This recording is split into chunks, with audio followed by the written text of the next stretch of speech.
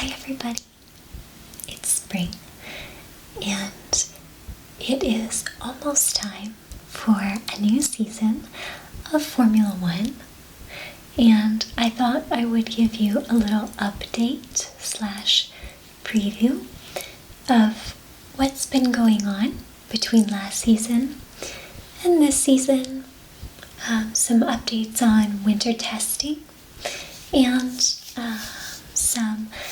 some thoughts on the year ahead for Formula One. I also want to say to people who maybe don't know, I really love Formula One, and I connect with a lot of my viewers over this shared passion, and so it's something I like to talk about just because I get excited about it. However, if you don't like Formula One, or if you don't know much about Formula One, you can check out my F101 video, which explains a little bit more about the sport from a more general standpoint. However, I still think that it can be nice just to listen to somebody talk about something that they enjoy.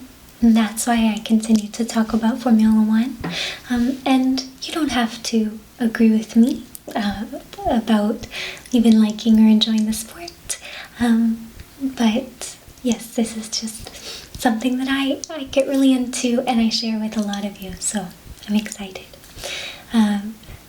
Now, the season is coming up very quickly. So if by the time this gets posted, some of my little updates are out of date, I apologize. I'll get it up as fast as I can for you guys, but the race is coming up soon. So I'll give you some of my opinions on that, and I'm going to give you guys a little slideshow, I think, just to show you some of the concepts and ideas being talked about, so you can see some of the drivers and the tracks and things like that, if that's interesting.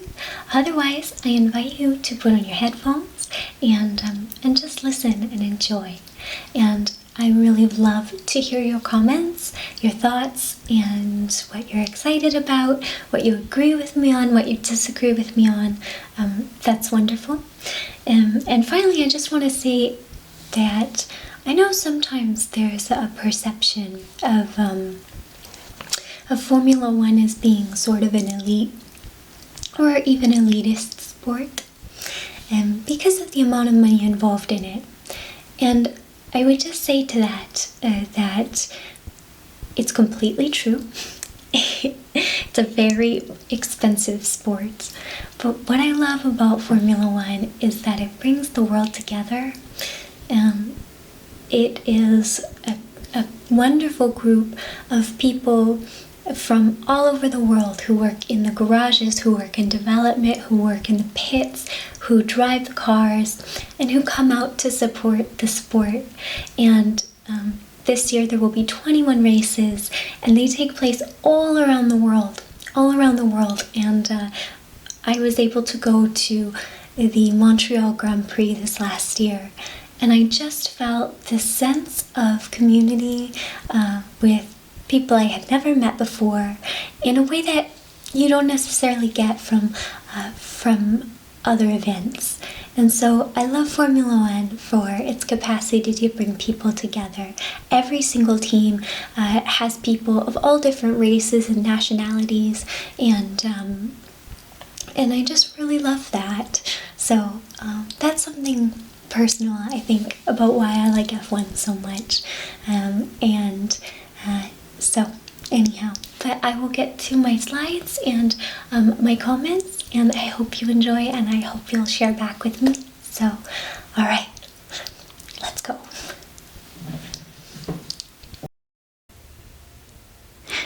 So I'm going to start talking about this year's season, and I'll also be showing you some slides that you can watch as we go, or you can just sit back and listen. So, the first thing for me that's exciting about this coming season is that it may finally be Nico Rosberg's year.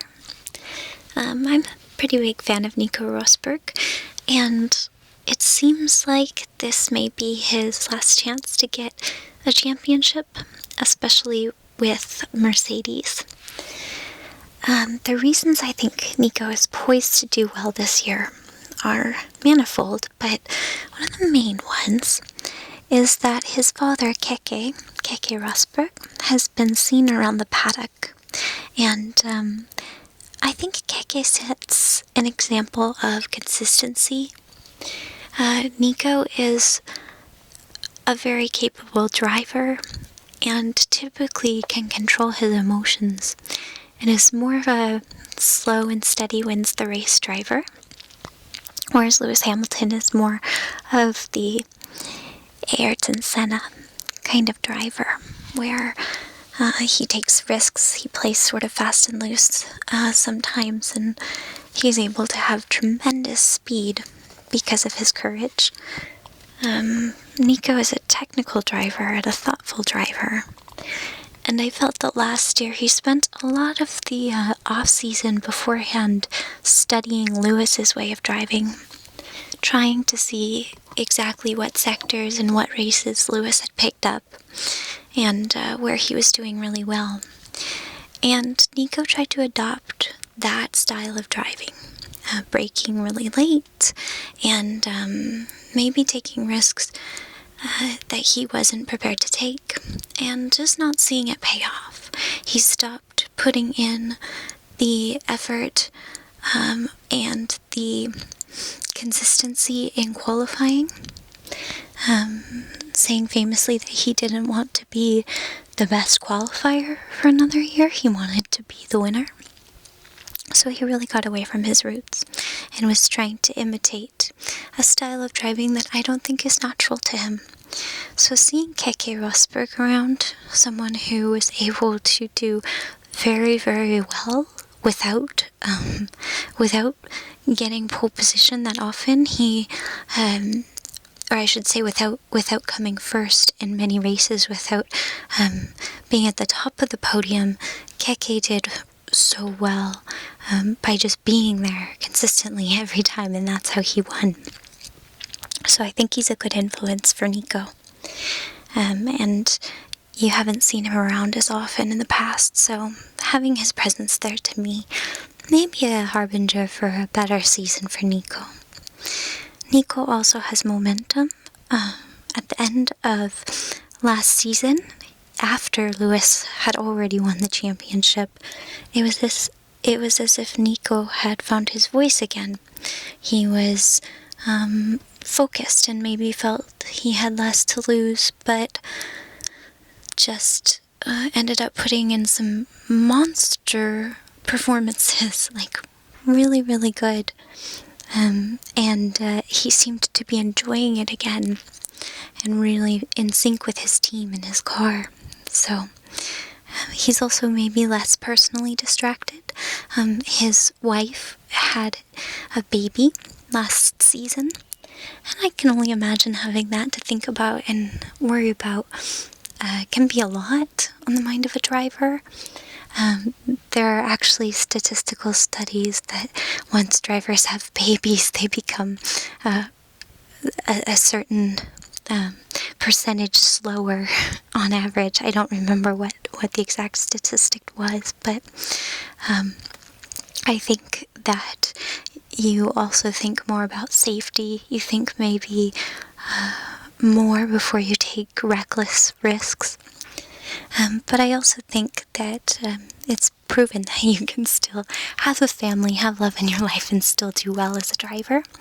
And I think that Nico, if anything, seems happier and seems to be enjoying racing more than ever. So I think that could be a good thing. And I think that he recognizes it may be his last chance for that championship. It may be the last season that we see the Silver Arrows dominate the way they have been. And of course, he'll have to be thinking about his contract and things. So anyway, I'm excited to watch Nico this year. I think it's maybe divisive. People seem to be fairly split down the middle between Rosberg and Hamilton, so I hope I don't offend you by saying I am rooting for him, at least on Team Mercedes. So anyhow, the big changes this year, we'll go through them. One of the big changes is going to be new teams, of course. And for all of the British fans, I wanted to clarify something. I watch the Sky coverage of Formula One. I prefer the Sky coverage. I like it. And they have had a really hard time saying the name Haas. Haas is the new American Formula One team. And it's the first American Formula One team in 30 years. So this is pretty exciting. But Haas, it rhymes with class. And I know that the British, at least the British broadcasters keep wanting to say Haas. So let's try it a few times. So it's not Haas, it's not Haas, it's Haas, not Haas, not Haas, it's Haas. Think of David Hasselhoff.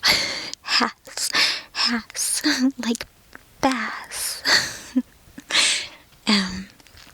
I actually like the sound of Haas better than Haas, but Haas does sound more American, doesn't it? And that's actually how it's pronounced, I guess. So Haas, not Haas, Haas. So anyway, people have been writing and asking if I am going to be rooting for Haas. I don't necessarily root for anyone because of nationality or anything, so I will be very excited to see what happens with Haas. They don't have a lot of sponsors yet. They're a young team, and so really I just look forward to the development. And we'll talk a little bit more. They have the drivers Romain Grosjean and Esteban Gutierrez, and both those drivers are capable and experienced, in my opinion. And maybe something that's nice is that neither one of them are superstars or legends yet. Romain Grosjean has certainly held his own, though I think Romain can be a bit hot sometimes. He can get quite angry. But I mean, of course, under those circumstances, anybody could. And again, we haven't seen Esteban Gutierrez in a while. I do have concerns sometimes that his eyebrows are bad for aerodynamics. They're very full, as Esteban's eyebrows. But anyway, I shouldn't tease him about that, though. They both seem like good guys, and I think the fact that neither one of them are legendary drivers means that they'll be willing to work within the team, I think, and be humble and ready to learn, and I think they should all work together pretty well. So I will be watching, but I won't necessarily have my American flag out or anything like that. Like I said in the introduction, I really like Formula One because it brings the global community together. So it's, I think, an honor for America to have a team again. Unfortunately, the U.S. Grand Prix in Austin, the Circuit of the Americas, I've heard is in jeopardy of being cut. I hope that won't happen. I've never been to the Circuit of the Americas, though I would like to go someday, and yeah, I don't totally like how they have to break out the big Stetson hats and things like that. It's a little bit silly, but it's very nice to have a Grand Prix here in America. I would love to see one maybe in California, something like that. I'm a West Coast girl, but anyway, we'll see. So that's something to keep an eye on. And then another new team, sort of, is the Renault Works team. You can school me on how to say Renault. I always want to say Renault or Renault. Renault, Renault, or Renault? Renault, Renault. You can tell me which. Anyway, the Renault Works team will be taking over Lotus, and they will be known as the Renault Sport Formula One team. Renault Sport has driver Kevin Magnussen and Jolin Palmer. Kevin Magnussen, or K-Mag, is Danish, and he came up through the McLaren Young Driver Program. So he has F1 experience. He wasn't on the grid last year, but the year before that. And he seems to be one of those kind of, to me, more like an Alain Prost, like a thinking driver, a careful driver. I like him, and I'll be excited to watch. And Jolin Palmer, who was the 2014 GP2 champion, and you'll probably remember that he drove as a test driver for Lotus last year. And again, I may be saying Jolin's name wrong. Jolin Palmer, I think. I don't know for sure. So, again, feel free to school me on all the things I say wrong. But I think it should be exciting. I think Jolin Palmer is a driver who is in really coming into his peak in terms of energy and in terms of what he's willing to do, and he seems in great physical shape, and I have a lot of hope for him too. So I think that will be a fun team to watch, and it should be interesting with Renault finally having a works team on the grid. Now it should be interesting. So I think that old school fans or more traditional fans will be excited to know that the races will be a little bit noisier this season. Noise is a big deal for some people. If you grew up going to races, I grew up going to sometimes see races, and the sound of it is so thrilling. And I was actually so surprised when I saw my first F1 race. It is, it's loud. If you're sitting right there, it's still loud. But it's not the crazy tumult of thunder and the earthquake of rumbling that maybe it once was. Just because the engines have changed over time. It's currently a V6, and people sometimes think that the lower powered engines don't make the right amount of noise. And so outsiders might be shocked by how much this matters to some people. But some people feel that noise enhances the excitement and fosters reverie for the great traditions of the sport, where it's been and how it felt when they first started watching or going to races, So, but things have gotten quieter with the advent of hybrid power and the popularization of energy recovery and the use of it, and the V6 engine. However, this year, the engine remains. It's still going to be the 1.6 liter turbo V6, but the exhaust system is going to be a little bit different, enough to change the sound. Let's flip my little page here. I have a little notebook, of course, of all my thoughts. So the new exhaust system will be fitted on all the cars and make them a bit louder. It's sort of complicated to try to explain, and I don't fully even comprehend all the mechanics of these complicated cars. But last season, something called the wastegate was really like dampening or silencing the exhaust, and so it was stifling that audible war cry that we're used to hearing. And so this year it should be louder. Mercedes, for one, says that their engine roars with 4 more decibels this season. So that's a difference, and maybe you'll notice it. Although sometimes I don't mind watching on TV. I like to be able to hear the crowd and the team radio and things like that. So I don't know. The noise, to me, I understand why it matters, but it's not as big of a deal to me. So Anyway, there's, obviously new drivers and obviously young drivers. We lost Pastor Maldonado due to sponsorship setbacks when they were in renewing contracts. So we'll probably see fewer collisions. I think Pastor gets a hard time for causing so many crashes, but sometimes I would just watch Pastor Maldonado and think, what are you doing here? So he won't be, because he wasn't able to bring the money that he usually does. And so he'll be replaced by Kevin Magnussen, and then Marussia essentially let Will Stevens, Roberto Meri, and Rossi all go to compete in other motorsports or become development drivers, that kind of thing. But they won't be the main drivers, and they've all kind of scattered.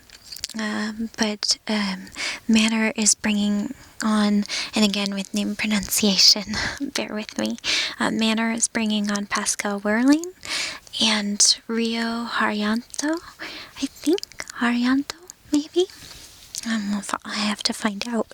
I've seen him and I've heard them say the names, but I think it's still at that point where lots of commentators are saying it differently. So, in any case, Rio Haryanto will be the first Indonesian F1 driver, which is exciting, I think. So I'm glad to have some new blood out there, and it'll be fun to watch. So there's also new safety measures this year. As always, safety measures are more controversial than you would think, because it seems maybe to someone more removed from the sport that more safety is just better. Although I think we have these debates in all kinds of sports, in America, especially when we talk about American football or concussion-heavy sports right now. I know we're talking a lot about that. So even though we know that there's a risk involved in certain kinds of contests, we still participate or watch, and so maybe it's not that hard to understand after all. In any case, there's more padding around the head of the driver, but also this year something very controversial, which they're calling the halo right now, and it is kind of a halo. It's a fitting that sort of surrounds the driver. And it's meant to protect from fatal head injuries, or potentially fatal head injuries, like getting hit in the head with a tire or with debris, which we have seen be fatal, and also near fatal in both F1 and other motorsports recently. So a lot of people are very in favor of this. Nico Rosberg, for one, is in favor of it. And again, you have Lewis Hamilton saying that it looks ugly, it looks hideous, he wants it gone. He thinks it's the worst design addition to F1 cars in the history of F1, or something like that. Lots of histrionics, and I think Kimi Räikkönen too felt it looked really kind of stupid. But of course, Kimi doesn't use quite as many words to express himself. He just kind of says, I don't know. Anyway, so it will be interesting to see going forward. I know that the drivers and what they say and what they think of these things really has a huge impact on whether or not they get carried out. So we'll see. But it's these kinds of things that are always interesting to talk about. At what point do we think, this is obviously a dangerous sport, and everyone knows it. Human beings aren't meant to be driving at 200 miles an hour, and there is an inherent risk, and that's that, and we can't just put them in, big bubbles. So I get both sides of the issue, but something like this to me just seems like it could be good. I don't think it looks as bad as some people do.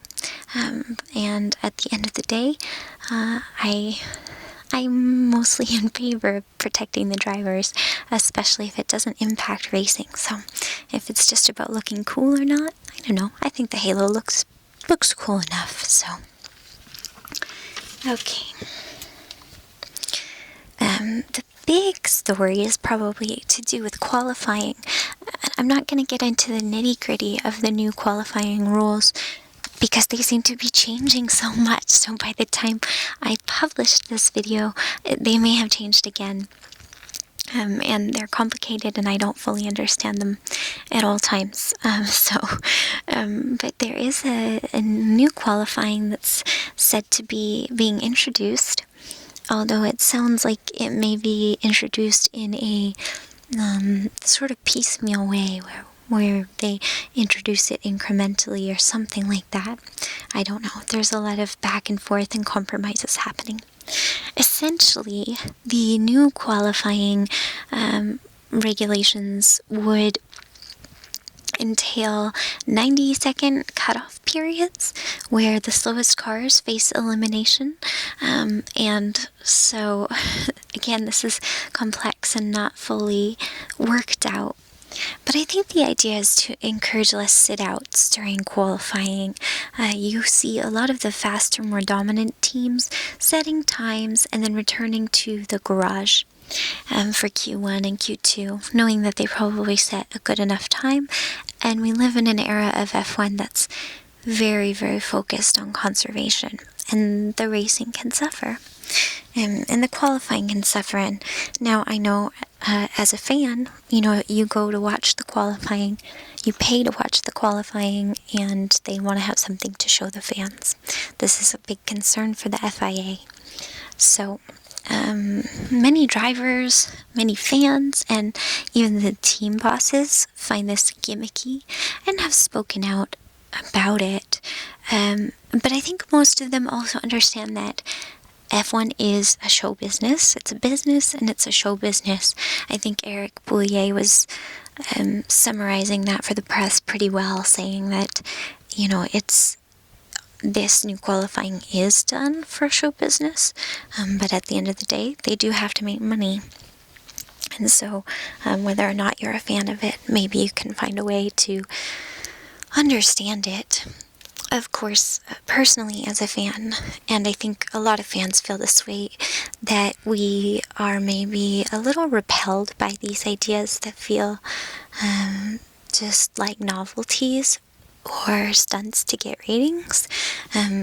I think there are lots of improvements people might prefer to think about. How do we encourage passing? How do we open up development more? How do we have better competition with maybe manufacturers and tires and all these kinds of things?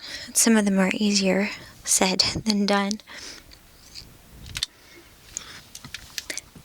So there's room for debate on that, but the new qualifying, we should start to see some semblance of it, I think, pretty quickly. I think right now they're talking about doing that in Australia. Anyhow, I guess we'll wait and see.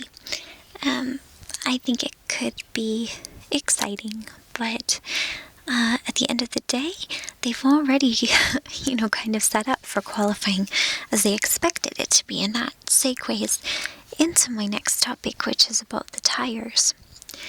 And there is a new tire compound this year offered by Pirelli, and Pirelli came up with this compound with the old qualifying in mind, I think. So that'll be something to see resolve itself, I guess, in practice. The Ultra Soft tire is the newest, and that compound will be shown in purple. So it has a nice purple stripe around it, and I guess it's sort of fetching. It's kind of a unicorn purple. It doesn't sound very tough and race-like, unicorn purple. That's just what I'm calling it, though. But apparently, Pirelli did ask people to vote on it, and fans voted for this unicorn purple over I believe it was silver. I believe silver was the other choice. And I see why people would choose the purple, because I think it sticks out a little bit more than the silver. Again, one thing I've learned from actually being at the race is anything that you can identify as these cars are just whooshing past you is helpful. So I know that purple is probably a lot easier to see, and of course on television when your cameras are far away it's easier to see too. So also maybe it's quite regal. It's nice. And yeah, so anyhow, that new compound is meant to give teams more choices in the strategy each race weekend, and that's important because the tire strategy can really, really change what's happening, and it can mix up the grid, and it can also give teammates who might be fighting each other wheel to wheel with essentially the same engine and the same chassis and the same setup, maybe gives them a chance to strategize against one another. Although a lot of teams don't like this approach, they don't necessarily let their drivers race. We see that a lot with Mercedes, though they do say they let them race. They're very reluctant to let the drivers run different strategies. So anyway, we're hoping that with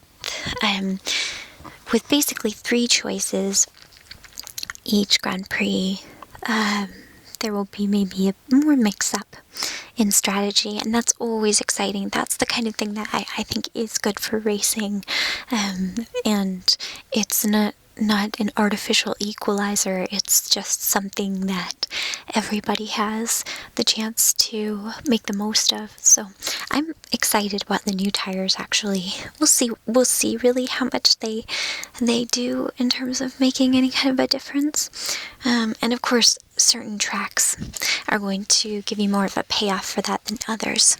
There are some tracks that have such a long pit that no matter what you do, people aren't gonna go wild with strategy there. So we'll see what it does. I'm excited though. I'm excited for the unicorn purple tires. So and then just a couple of the etc.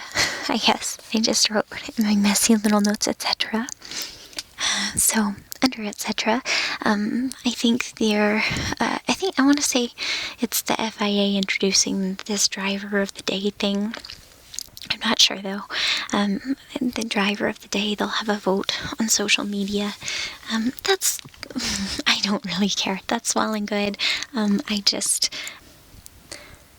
I would be mortified if they tried to do something like the fan boost that they do in Formula E. I think that's really silly, cheesy, but anyway, it's fine if you want to do things on social media to try to promote the sport. And Red Bull Racing is using a matte paint. This is sort of a small little story. The matte paint that they're using is meant to have an aerodynamic effect. And people have been a bit skeptical of this, and obviously if it does have an aerodynamic effect, we think that it's probably quite minimal. However, we also know that Red Bull is not the kind of team to put anything on their car just for the heck of it.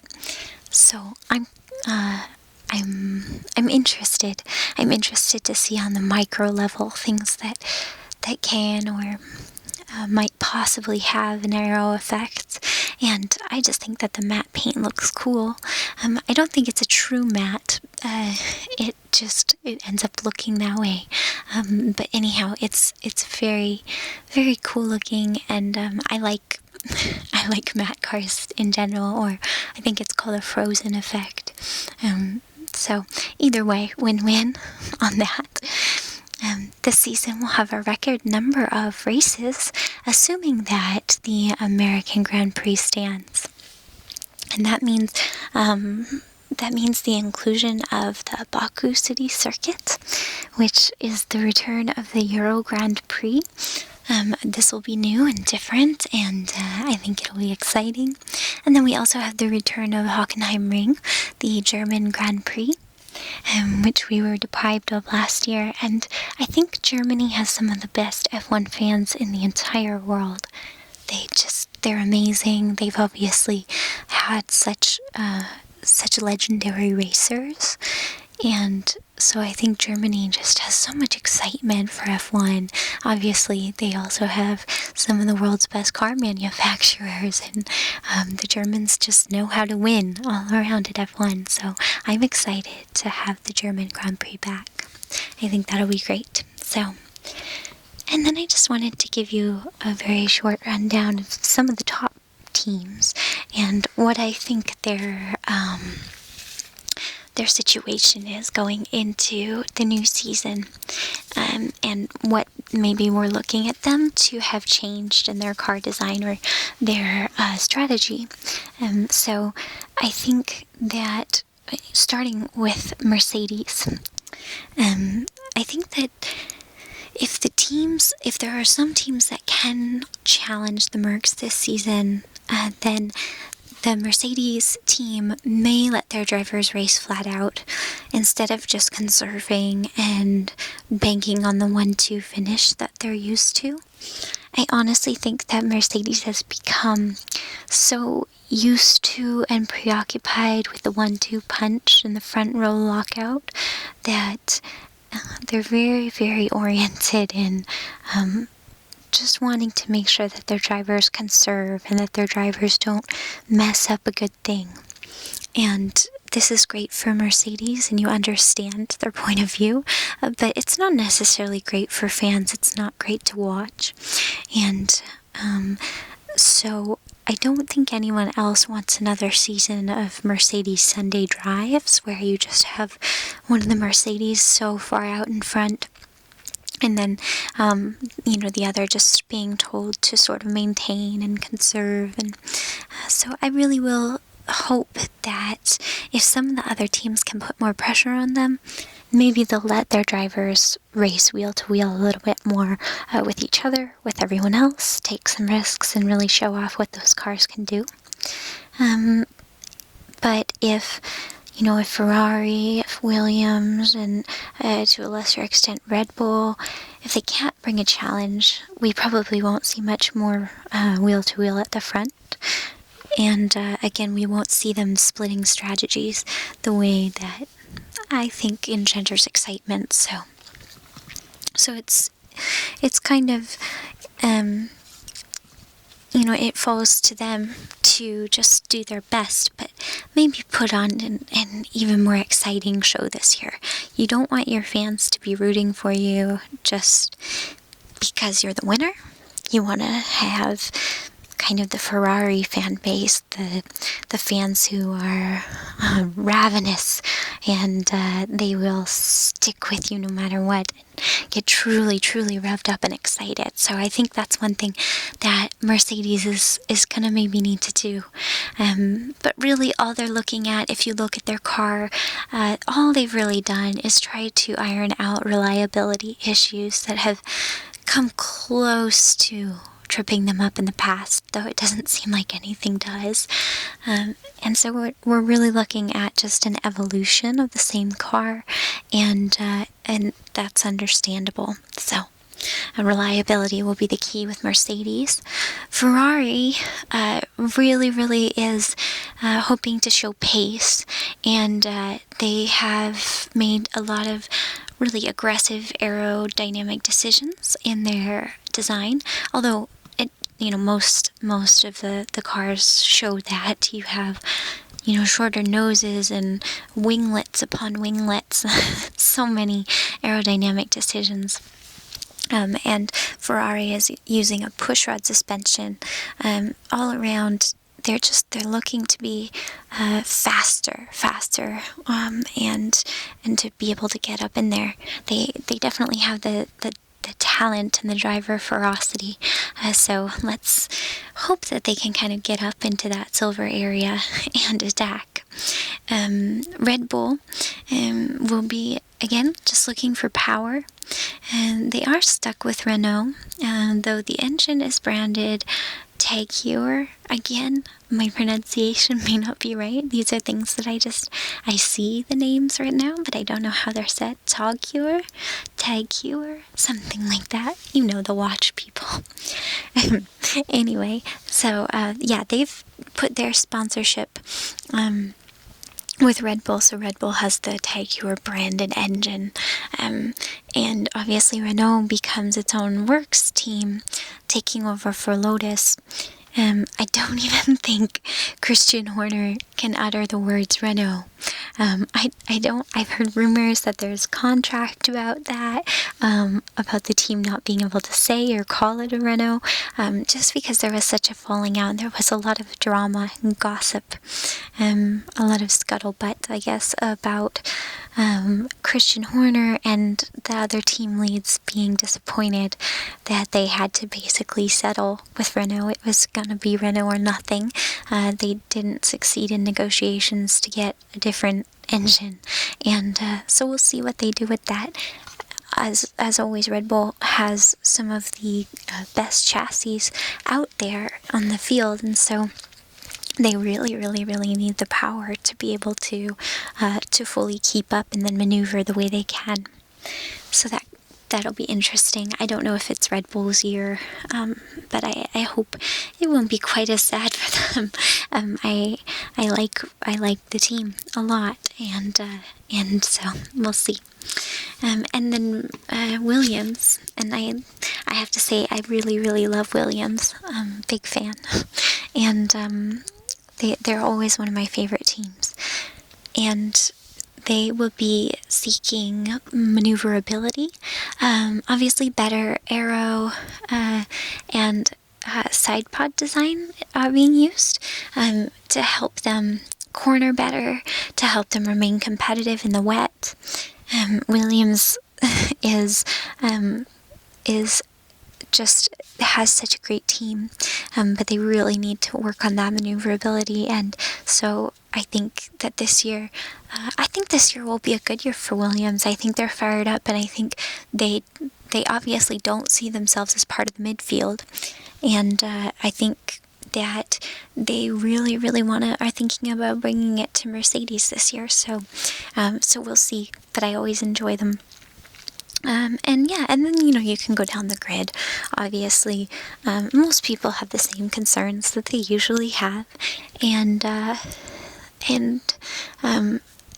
really we can watch them in testing, but it's always kind of early to see exactly who has the pace, to see who has the drive, to see who has the engine.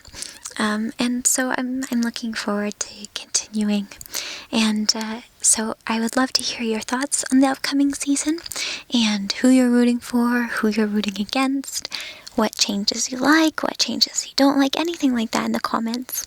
I just enjoy hearing your opinions, and we'll just have to see what happens. So anyway, alright, I will talk to you guys later.